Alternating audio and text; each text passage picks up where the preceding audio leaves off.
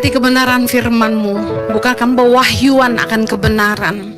Ajari kami umat-Mu Tuhan, dan tolong hamba-Mu, karena sungguh tanpa Engkau hamba tidak mampu. Menyerahkan setiap menit ke depan dalam pimpinan Roh Kudus penuhnya. Permuliakanlah nama-Mu dan berkatilah umat-Mu, hanya di dalam nama Yesus. Yang siap diberkati Tuhan, sama-sama kita katakan amen, amen, amen. Silakan duduk. Shalom, shalom. Sehat semua? Ada sukacita? Bahagia rumah tangganya? Sehat badannya? Penuh kantongnya? Amin aja. Bapak Ibu, hari ini saya akan khotbah yang enggak biasa. Judul khotbahnya nanti adalah bolehkah orang Kristen dikremasi? 1 Korintus 15 ayat 35 sampai 58 membahas tentang kebangkitan tubuh. Dalam kaitannya dengan makna kemenangan Kristus, dan kemudian sebuah pertanyaan muncul, bolehkah orang Kristen dikremasi? Yang bilang boleh, angkat tangan.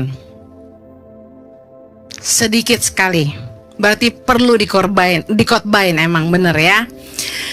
1 Korintus 15 ayat 35 sampai 38, kita akan baca dikit-dikit aja. Rasul Paulus menggunakan analogi benih yang ditabur. Kita baca yuk. 1 Korintus 15, judulnya kebangkitan tubuh. Ayat 35. 321. Tetapi mungkin ada orang yang bertanya, bagaimanakah orang mati dibangkitkan? Dan dengan tubuh apakah mereka akan datang kembali? Hai orang bodoh, apa yang engkau sendiri taburkan tidak akan tumbuh dan hidup kalau ia tidak mati dahulu. Dan yang engkau taburkan bukanlah tubuh tanaman yang akan tumbuh, tetapi biji yang tidak berkulit, umpamanya biji gandum atau biji lainnya. Ayat 38. Tetapi Allah memberikan kepadanya suatu tubuh seperti yang dikehendakinya. Ia memberikan kepada tiap-tiap biji tubuhnya sendiri. Anda harus paham bahwa waktu kita menanam, itu yang kita tanam itu biji, bukan pohonnya. Yang ngerti katakan amin. Anda kalau mau tanam pohon jambu, yang Anda tanam itu bijinya, bukan pohon jambunya. Lain sama batang ketela, batang singkong, kita potong batangnya, ya kita tancap gitu aja. Nah, dikatakan bahwa benih itu harus mati dan hancur di dalam tanah agar bisa tumbuh menjadi tanaman yang baru. Nah, Rasul Paulus tuh lagi ngajarin gini loh. Kondisi fisik kita saat mati, apakah yang pertama hancur karena pembusukan di tanah, atau hancur karena api, mungkin matinya waktu kebakaran atau dikremasi. Kemudian hancur atau tercabik-cabik, mungkin tenggelam di laut lalu dimakan ikan. Nah, mungkin ikan yang makan banyak. Ada yang kemudian terbang ke Atlantik, ada yang berenang sampai ke Asia Pasifik, kemudian ada yang terbang ke lautan Hindia dan sebagainya. Bayangin kalau misalnya tubuh harus utuh lagi, itu ikan-ikan mesti dipanggilin. Nah, kemudian hancur karena kecelakaan misalnya. Nah, entah bagaimanapun keadaan fisik saat mati, tidaklah membatasi kuasa Tuhan yang bisa membangkitkan kita kembali. Katakan amin. Jadi kita tidak perlu takut matinya seperti apa. Katakan kanan kirimu, cara orang mati tidak menentukan bagaimana dia dibangkitkan lagi. Harus pahamin ini kebenaran. Ya, kondisi fisik tubuh saat mati tidak membatasi kuasa Tuhan untuk membangkitkannya kembali. Nah, kita harus mengerti ada perbedaan antara tubuh fana dan tubuh kemuliaan. Kita akan dibagikan dalam, katakan, tubuh kemuliaan. Nah, apa bedanya tubuh fana sama tubuh kemuliaan? 1 Korintus 15 kita baca lagi ayat 42 sampai 44. Kita baca yuk. Demikianlah pula halnya dengan kebangkitan orang mati, ditaburkan dalam kebinasaan, dibangkitkan dalam ketidakbinasaan, ditaburkan dalam kehinaan, dibangkitkan dalam kemuliaan, ditaburkan dalam kelemahan, dibangkitkan dalam kekuatan. Yang ditaburkan adalah tubuh alamiah, yang dibangkitkan adalah tubuh rohania. Jika ada tubuh alamiah, maka ada pula tubuh rohania. Nah, Anda harus tahu bahwa ada perbedaan antara tubuh yang ditaburkan, jadi waktu dikubur atau dibakar dan lain sebagainya, itu adalah tubuh jasmani yang fana, tubuh alamiah. Nah, yang dibangkitkan itu beda, yaitu tubuh rohania, tubuh kemuliaan. Nah, tubuh kemuliaan bukanlah tubuh lama biologis kita yang dibangkitkan. Nah, apa korelasinya dengan Yesus? Banyak orang Kristen yang mengatakan begini, tuh Yesus itu dikubur, bangkitnya itu masih pakai tubuh yang sama loh. Makanya kita nggak boleh loh dibakar, ya kan, bener nggak? Karena masalahnya gini, dia Tuhan. Dia itu mati dikubur itu cuma 3 hari, belum busuk. Menurut adat Yahudi, tubuh itu benar-benar sudah busuk itu di hari keempat. Nah, Anda perhatikan, ini gambar kubur kosong Tuhan Yesus. Kalau orang Kristen mati-matian berkata, mati itu harus dikubur di tanah. Saya mau tanya, Yesus matinya di tanah atau di dalam gua? Di dalam gua batu, kuburan batu. Beda nggak? Di sini di Indonesia, di mana yang orang mati dikubur dalam kuburan batu? Jogja. Toraja ya? Oh iya ya, baru tahu kita. Sumba. Ada nggak gambarnya? Ada, itu dia. Silakan lihat di ini. Ada kuburan Sumba tuh kayak gitu. Jadi katanya dibuka atasnya, dimasukin jenazah-jenazahnya. Nah, kalau mau lebih mirip Yesus, ya orang Sumba dan Toraja. Kalau mau diargumentasi, Yesus tidak dikubur di tanah, di dalam kuburan batu. Nah, intinya adalah gini, tubuh kemuliaan bukanlah tubuh lama kita yang secara biologis mati, membusuk, lalu dibangkitkan. Tapi tubuh baru, tubuh kemuliaan yang tidak bisa binasa. Nah, 1 Korintus 15 ayat 50 berkata begini, saudara-saudara, inilah yang hendak kukatakan kepadamu, yaitu bahwa daging dan darah tidak mendapat bagian dalam kerajaan Allah, dan bahwa yang binasa tidak mendapat bagian dalam apa yang tidak binasa. Jadi nggak mungkin dengan badan kita yang ini kita masuk surga. Bisa paham? Nggak mungkin. Tubuhnya beda. Tubuhnya itu tubuh yang tidak bisa binasa. Kalau tubuh kita yang sekarang bisa hancur karena pembusukan dan bisa binasa, bisa habis. Tetapi tubuh kemuliaan tidak bisa binasa. 1 Korintus 15 ayat 38. Tetapi Allah memberikan kepadanya suatu tubuh seperti yang dikehendakinya. Ia memberikan kepada tiap-tiap biji tubuhnya sendiri. Jadi tumbuhnya jadi tubuh seperti apa itu kehendak Tuhan. Saya pernah dengar ada orang bilang gini, kalau agama lain ngajarin soal reinkarnasi. Kalau lu baik, entar lu reinkarnasinya jadi raja, jadi cantik. Mungkin jadi apa sih? Kalau dibilang kupu-kupu, entar dikeplok mati lagi. Kalau lu jahat, lu lahir jadi babi, jadi kecoa, katanya gitu. Benar nggak? Katanya. Tapi kurang lebih begini maknanya, bahwa Tuhan punya kehendak kamu akan dilahirkan kembali seperti apa.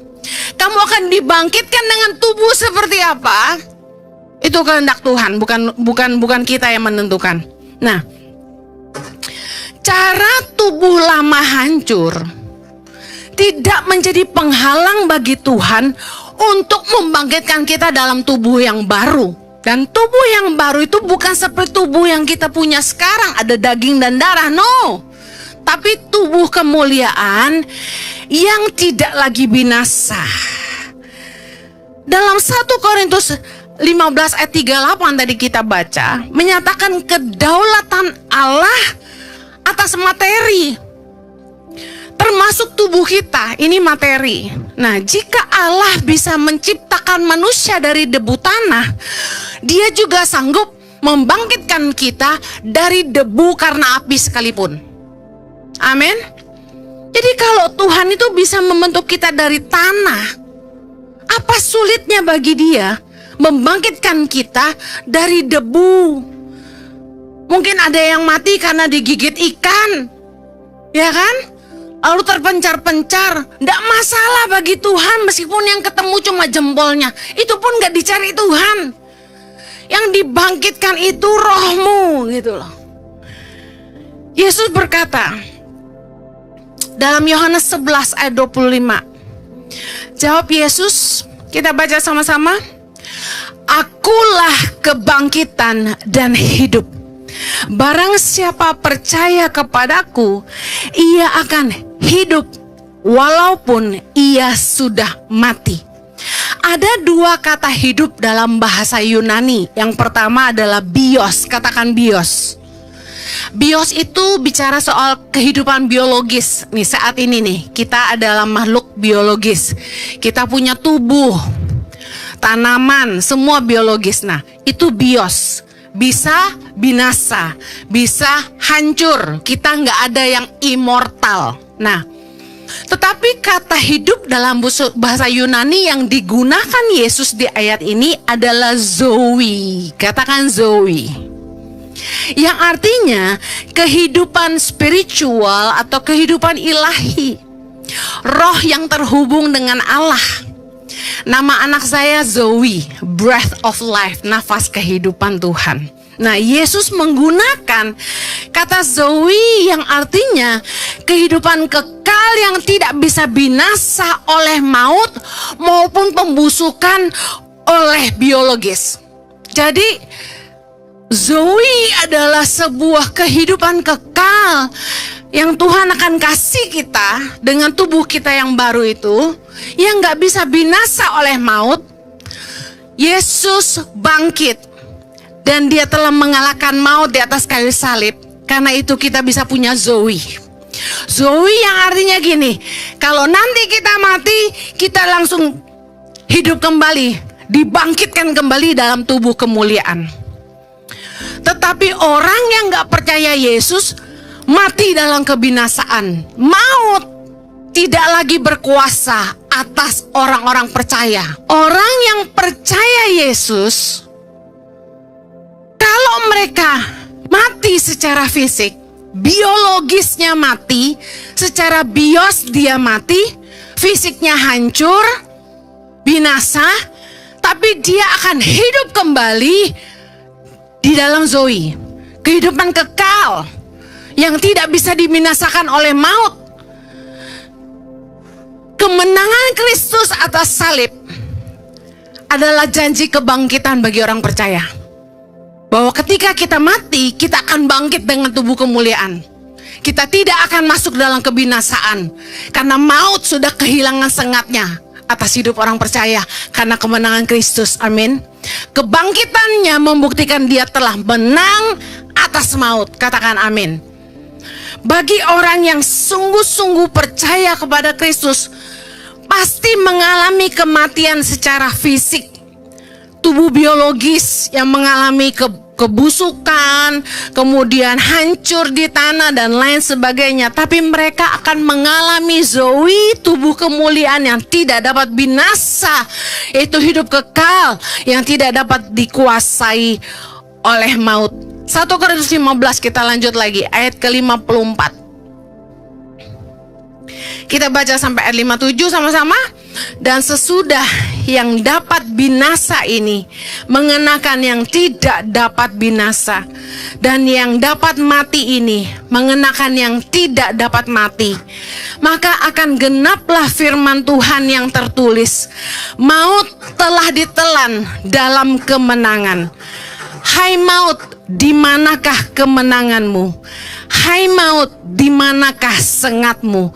Sengat maut ialah dosa, dan kuasa dosa ialah hukum Taurat. Ayat 57. Tapi syukur kepada Allah yang telah memberikan kepada kita kemenangan oleh Yesus Kristus Tuhan kita. Katakan haleluya. Kebangkitan Kristus adalah kemenangan atas maut. Amen. Dan hari ini kita merayakannya.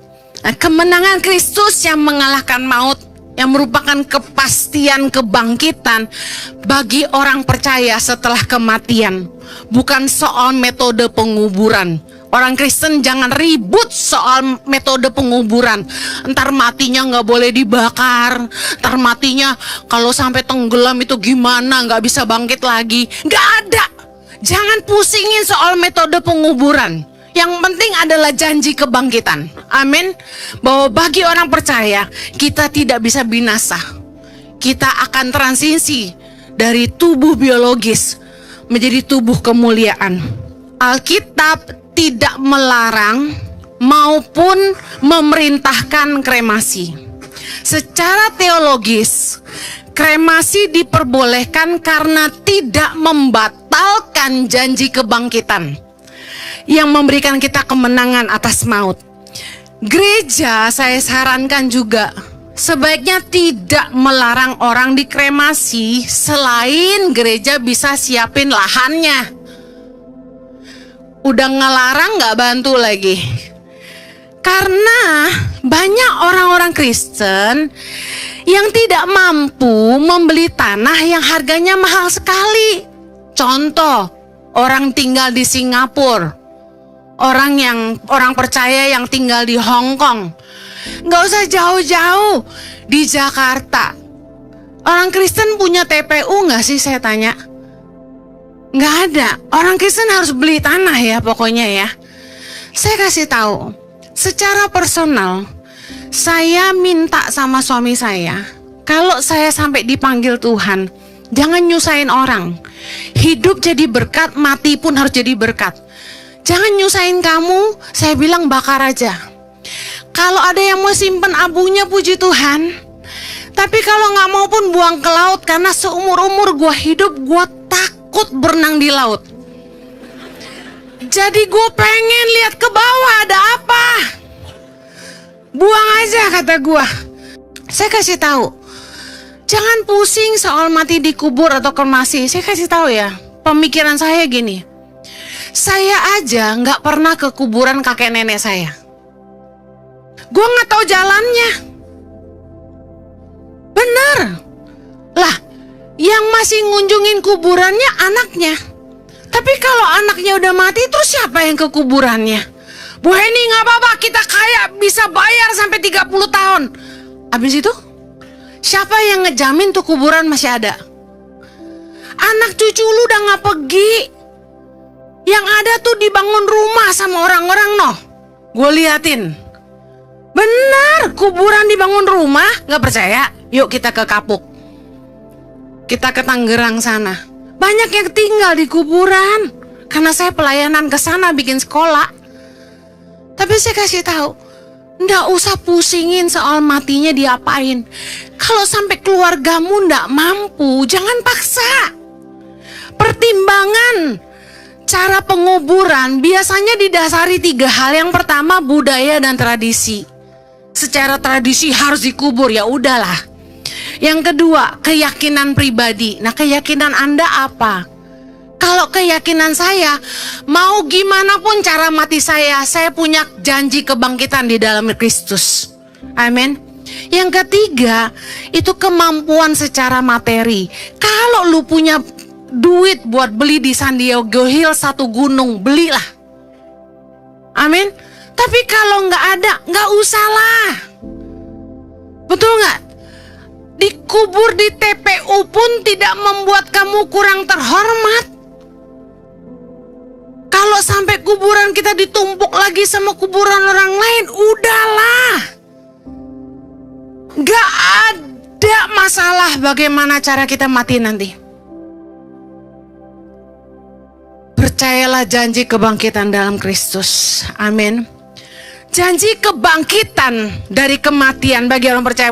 Janji kebangkitan dari kematian bagi orang percaya bukan selalu berarti harus hidup kembali setelah mati suri. Kan ada kan ya orang mati terus pendeta dipanggil, doakan suami saya pokoknya harus bangkit dalam nama Yesus. Katanya Yesus bisa bangkit orang mati. Bangkitin Bu Heni.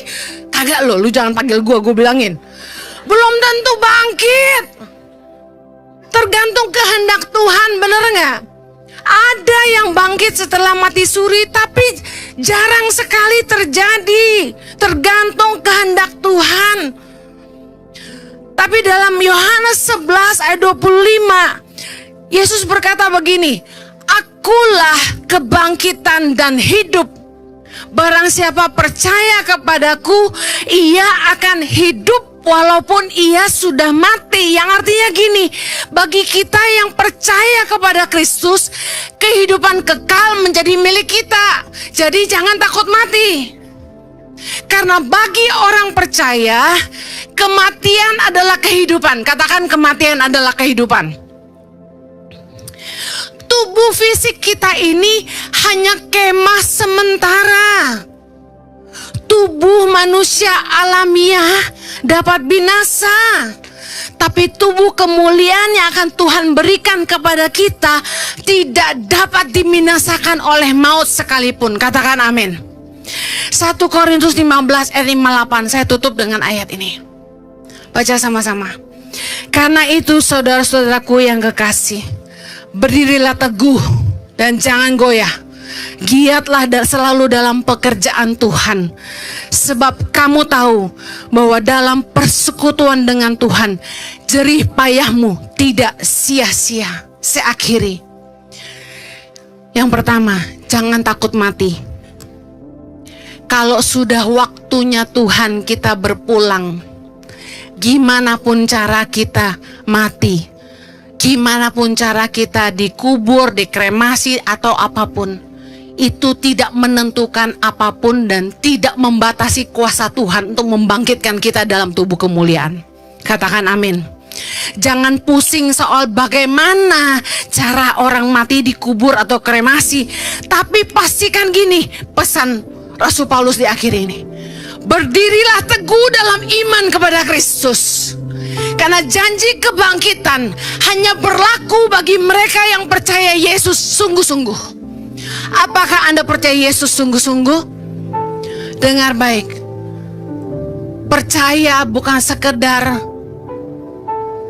percaya aja, tapi berserah penuh. Saya bayangkan seperti ini. Ketika Anda mau naik jet coaster atau roller coaster, Anda takut sebenarnya. Tapi karena dipaksa istri, dipaksa suami, dikerjain teman, Anda duduk dengan sangat ketakutan. Saya udah pernah dikerjain, jadi saya bisa ceritain dengan sepenuh hati. Saya tuh takut ketinggian dan gak pernah mau naik roller coaster, tapi pernah dikerjain suami. Begitu belt itu diturunin, dek gitu ke dada, takutnya tuh rasanya gemeteran gini.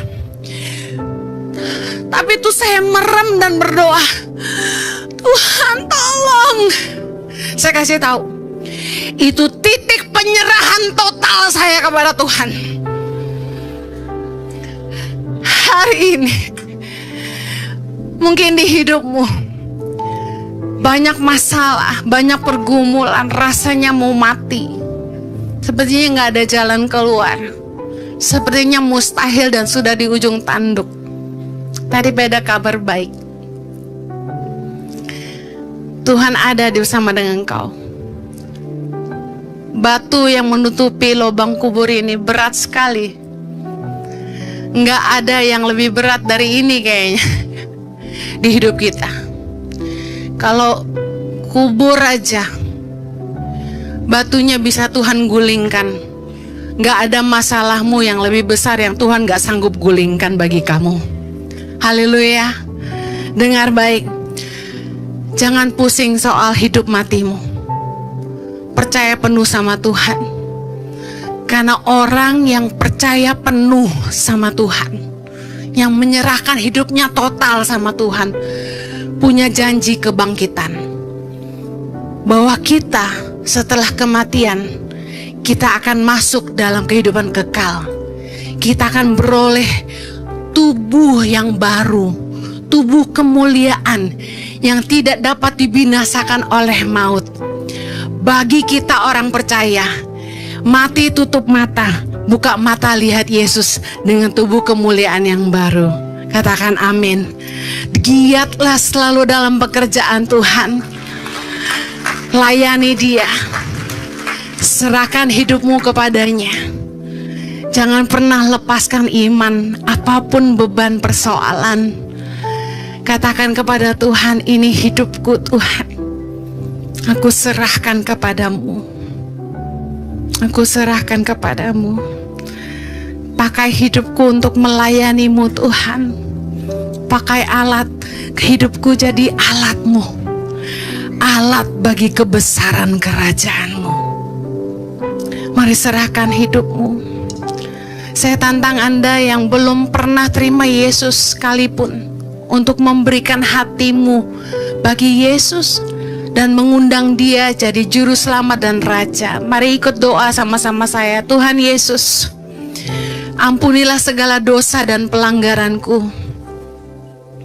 Sucikanlah aku dengan darah-Mu.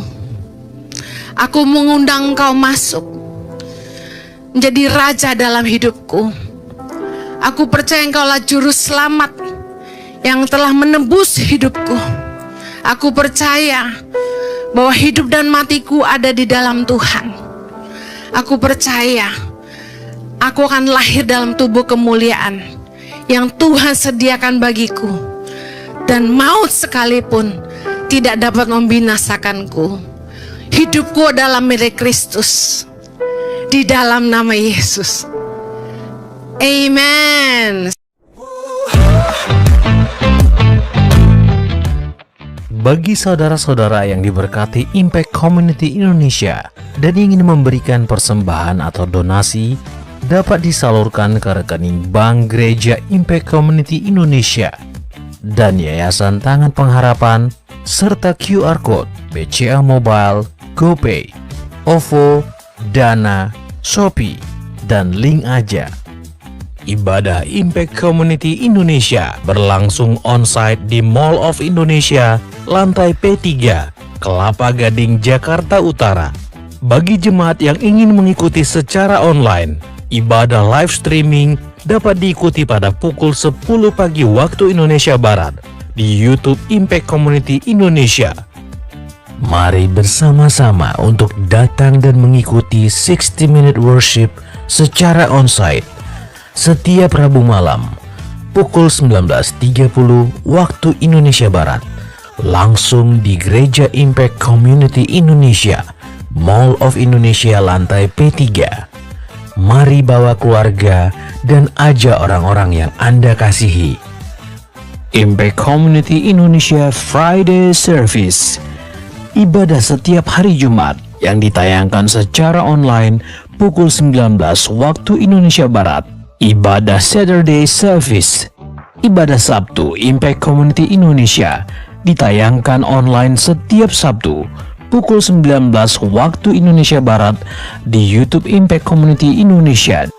Setiap ibadah online Impact Community Indonesia sudah tersedia subtitle dalam bahasa Indonesia, bahasa Inggris. Anda dapat mengaktifkan dengan klik tombol CC atau closed caption pada layar Anda. Spesial bagi kaum muda, ibadah Impact Youth pukul 17 waktu Indonesia Barat di Mall of Indonesia lantai P3. Bagi jemaat di luar kota Jakarta dapat menyaksikan ibadah youth secara online di YouTube Impact Community Indonesia. Bagi Anda yang ingin tahu lebih banyak tentang firman Tuhan, dapat bergabung dalam Bible Study Impact Community Indonesia melalui virtual setiap 2 minggu sekali pada hari Sabtu pukul 9 pagi waktu Indonesia Barat. Pendaftaran ini gratis dan dapat dilakukan dengan mengisi form registrasi melalui scan QR Code atau dapat menghubungi nomor yang tertera di layar Anda. Saksikan Menabur Cinta untuk Indonesia setiap Sabtu jam 11 waktu Indonesia Barat di YouTube Tangan Pengharapan. Ikuti Daily Devotion setiap hari Senin sampai dengan Jumat jam 6 pagi waktu Indonesia Barat di YouTube Henny Kristianus serta pukul 7 pagi waktu Indonesia Barat di YouTube Yohanes Kristianus. Impact Community Indonesia memiliki sebuah komunitas untuk kita bertumbuh bersama. Bagi Bapak Ibu Saudara yang ingin bergabung di Komsel Impact Community Indonesia, dapat mengisi link form pendaftaran di bawah ini. Bagi Anda yang rindu menjadi jemaat Impact Community Indonesia, dapat mengisi Google Form atau scan QR Code di layar Anda. Saudara dapat mengirimkan permohonan pelayanan doa dan konseling, atau jika Anda memiliki doa yang terjawab serta kesaksian atas jawaban doa Anda melalui Google Form, WhatsApp, atau email impactcommunity.id@gmail.com. Bagi Anda yang rindu untuk dibaptis, Anda dapat mendaftarkan diri Anda dengan scan QR Code yang ada di layar kaca atau menghubungi kami di 0811 9777 745. Temukan dan ikuti media sosial kami di YouTube dan Instagram Impact Community Indonesia. Menjadi seorang guru di daerah pedalaman tentu penuh tantangan, tetapi hal ini telah menunjukkan ketangguhan dan kreativitas dalam menghadapinya. Kemampuan untuk memanfaatkan bahan-bahan alam sebagai sarana pembelajaran merupakan contoh yang luar biasa tentang bagaimana seorang guru bisa beradaptasi dengan keadaan dan tetap berfokus pada pendidikan anak-anak. Saya adalah seorang guru PAUD di pedalaman, terkhususnya daerah Timur Tengah Selatan. Selama menjadi guru pedalaman, banyak tantangan yang dihadapi.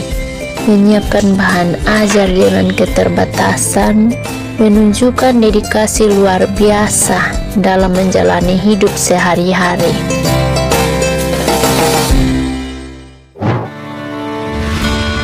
Pekerjaan sebagai guru tidak hanya tentang mengajar di kelas, tetapi juga tentang menciptakan lingkungan yang kondusif untuk pembelajaran meskipun dengan segala keterbatasan. Tindakan seperti membersihkan halaman sekolah, memotong rumput, dan membantu anak bimbel yang kesulitan menunjukkan bahwa kepedulian terhadap lingkungan sekolah serta perkembangan siswa masih ada. Daur ulang sampah menjadi hiasan yang bermanfaat, tidak hanya mengajarkan anak-anak tentang pentingnya menjaga lingkungan, tetapi juga mengembangkan kreativitas mereka. Dengan membuat ekobrik, bunga dari plastik, dan produk lainnya, anak-anak dapat belajar bahwa sampah tidak selalu berakhir menjadi sampah, tetapi bisa menjadi sesuatu yang berguna dan indah.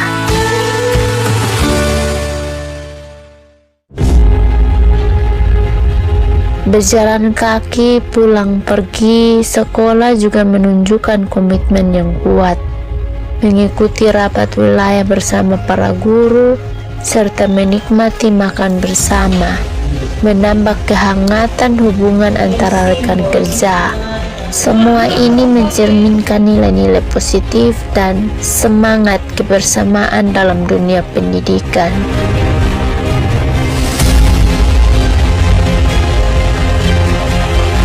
Kepada para donatur yang telah setia mendukung program Feeding and Learning Center di Oenasi, Timur Tengah Selatan, Nusa Tenggara Timur.